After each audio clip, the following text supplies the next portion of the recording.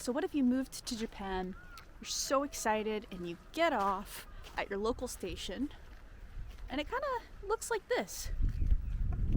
You don't really see anything wrong. It's kind of small. You don't see any flashy lights or tall buildings like you might in Tokyo, so you might think it's okay. But if you've been on a trip to Japan, where did you go? Where did you stay? Did you go to Akihabara, Shibuya, Shinjuku, Osaka, Kyoto, these huge tourist places, these big convenient cities with a plethora of things to do? You might think you've experienced countryside if you went to the suburbs of Tokyo even, or maybe you took the train from Tokyo to Osaka or Tokyo to Kyoto. Maybe you feel like you experienced the countryside, but really think about if you've experienced the countryside in Japan. So the population of Japan is around 120 million. And about 20 million of those people live in the greater Tokyo area. And like, I technically also lived in the greater Tokyo area, but I would consider where I lived countryside actually, because the closest station to me was about a 45-minute walk away. There was nothing really fun to do in my area, so I kind of consider it countryside, and a lot of my students considered it countryside too. In fact, around 100 million people in Japan live outside of Tokyo, Yokohama, Osaka, Kyoto, these big cities. So if you come to Japan, especially as an English teacher, which I think might be most of the people that are watching this video, like, let's be real. If you are an English speaker and you don't really have any other skills or any other credentials that would get someone to hire you over a Japanese person. Like, is a company going to hire you because of your skills so much that they're going to sponsor you a visa? Can you speak Japanese? That's a big part of it too. These are things you got to think about. So let's just say that the average person coming from America, and I'm just using America because that's where I'm from, to work and live in Japan is going to be an English teacher. Now, when close to 100 million people in Japan live outside of the, 3 big major cities, where do you think that's going to put you? Most people that apply with an ALT company are going to be put in the middle of nowhere. They are going to be put in the countryside. So if you come to Japan and you experience Shibuya and Akihabara and the greatest things that Tokyo and Osaka and Dontonbori have to offer, and you decide, oh yeah, I could see myself living here, you have to be careful when you say that, because you're not going to live in Dontonbori. You're not going to live in Akihabara. You are not going to live in the middle of Shibuya, most likely, especially if you come as an ALT. Now, are there ALT positions in those places? Yes, of course. But they are highly sought after, and in my experience and people that I've talked to, it usually takes them years of being an ALT to get those most desired positions. So for example, when my husband was accepted as an ALT, we were a bit lucky because we wanted to live in the countryside. We didn't mind it. We kind of wanted to live in Sendai City actually, which is a city of 1 million people, and we got placed in a town of about 12,000 people, about a 35-40 minute walk away from the closest station. Not really any tourist attractions or anything like that. And it was great for me, but I kind of have a special situation where, like, I came here with my husband, so I was never really ever lonely. And I think a lot of people come here and they don't think about the loneliness. Like, being in a city of 12,000 people, maybe there's only 3 other English speakers, or native English speakers maybe, that, oh my gosh, there's so much water here. There's only a handful of other native English speakers, right? And like, don't let anyone tell you that it's like easy to make Japanese friends, because I mean, it's just like making friends anywhere else as an adult. It's not easy for everyone, right? So, you do kind of have to be outgoing and be patient, right? And work on your Japanese skills, especially out in the countryside where people might not speak as much English, and Japanese people can be really shy. So it's to your benefit to like prioritize learning Japanese, right? If you want to make friends. But I guess what I'm trying to say is just like, really be careful about coming to Japan and only experiencing the Times Square of Japan, the New York City of Japan, the Los Angeles of Japan. Do you think that if a Japanese person came to America, or really any other nationality, if they came to the United States and only experienced Hollywood, like Los Angeles, Hollywood, or if they experienced Times Square, and they said, wow, I could imagine myself living here, that would be a little strange considering that most Americans do not live in those places. So I just want people to be, you know, totally aware of the reality of like getting a job in Japan this is where you could live, a place like this. And maybe you need a car and you would need to drive, or you would need to commute an hour to get to work. Or heck, I haven't seen a grocery store in a while. I think some of these people might have to walk about 20 minutes to the closest grocery store. Fortunately, I've always been within like a 12-minute walk to the closest grocery store, but even when I lived in pretty countryside Miyagi. Now, you know, I say that I've lived in countryside, but I don't even think I've lived in as countryside as like it gets. There was a guy I know from the UK, and he was placed in a little town in Miyagi Prefecture, kind of close to my town. Now again, I was about a 35 to 40 minute walk to the closest JR, Japan Rail station. And you know, I had everything I needed. I had a grocery store within a 12-minute walk. I had beautiful scenery. You know, I had my husband, so I wasn't lonely. Like, I was pretty happy, actually. But this friend that I mentioned, who's from the UK, lived in this tiny, I would even call it a village. He lived in this old Japanese house, actually like decades old Japanese house, right? If he were to walk from his house to the station, it'd be hours. It would be like maybe an hour and a half, maybe 2 hours. He'd have to drive to the closest station, park, pay for parking, get on the train, ride the train for 35 minutes, by the way, just to get to any semblance of a city, right? Which was Sendai City. It's still a city of 1 million people, a wonderful city with lots of things to do, but it's not Tokyo. And there are people that even live in Sendai City or Sapporo City where I live, and they're bored. Like, I actually know people that live in Sapporo who like think it's boring as a city of almost 2 million people, and they just want the Tokyo experience because maybe they came to Japan and Tokyo was all that they experienced. But remember, you got to think of this from like the US perspective. Is New York City representative of all of the United States? Is coming to New York City and staying there for 2 weeks representative of what life truly is like in the United States?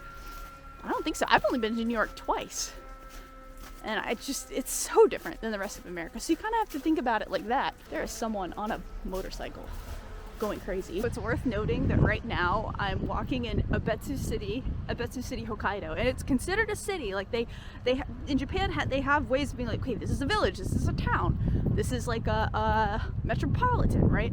So this is it. This is considered a city in Japan. So you know, when you get your placement and you hear, oh, you're gonna be living in blah blah blah city. I mean, I guess there's a 7-Eleven right there, but I don't know, that could be your apartment over there. So just keep that in mind. I think that there are people that understand that most of Japan is countryside. Most of Japan is not Akihabara or Tokyo. Fortunately, I understood that really early on because the first place I ever stayed at in Japan was a town, I think it might have been a city, called Tagajo in Miyagi Prefecture. So I was already used to like long walks to the station, not really having all the flashing lights and shops and restaurants, especially you know, Western restaurants. So I'm glad I had that experience early on. Like, I experienced countryside Japan before I experienced city Japan. It's really interesting because it actually took me a while to get used to city Japan because I was living in the countryside for so long. So I don't know, just something to keep in mind that like if you do want to come to Japan, try to spend like actual time in the countryside or in the suburban areas, because it could be where you're placed. You could be living in this apartment right here. I've been walking from the station. I've been walking for maybe 15, 20 minutes. That's not too bad of a walk from the station. So I think that if you're within like a 10-minute walk from the station, you are lucky.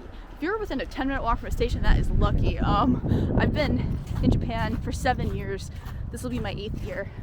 And I finally live in an apartment where I'm only a 12-minute walk from the station. And that's like the closest I've ever lived to a station ever. So I feel like I'm living in in New York City. So I wanted to take to Google Maps to show you just how common it is to get placed in the middle of nowhere, even as an ALT, even as a foreign English teacher. So like I mentioned in the video, my first place ever was Tagajo. I stayed here when I came to Japan for the first time. I used to live in Ogawara, this city here, and then the British friend that I mentioned lived in this town of Murata, and it is far away from any JR station. It's super countryside.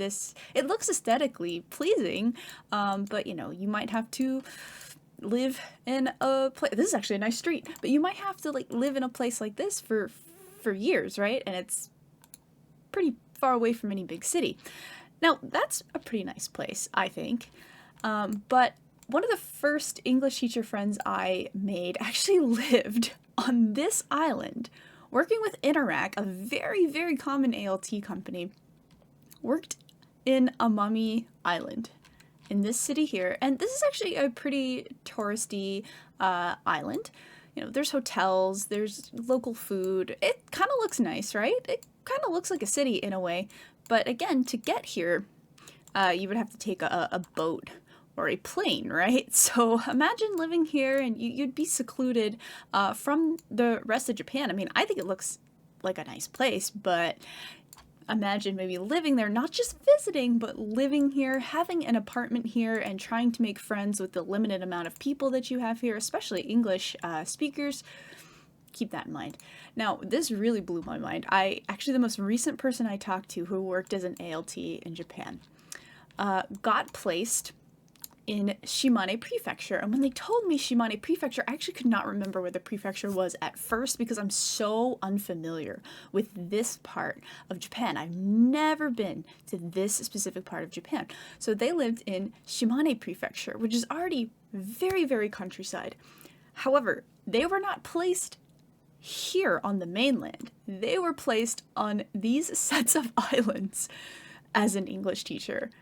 Crazy. So let's zoom in here. They lived, I assume, somewhere in the city here where there would have been a school.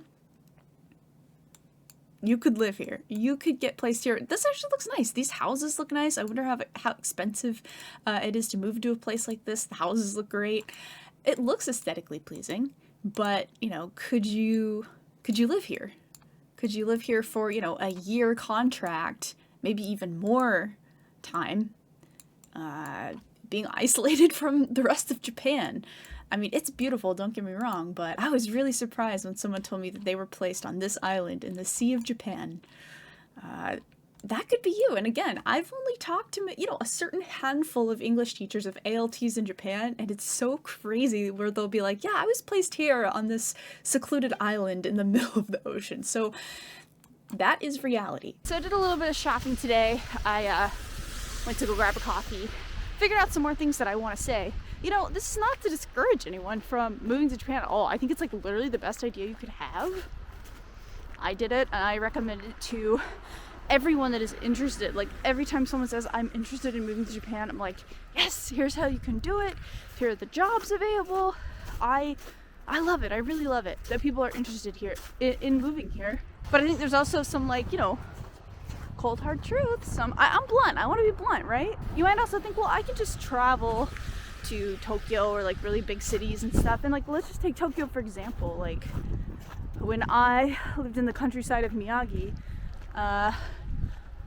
my normal way to get to Tokyo was by bus.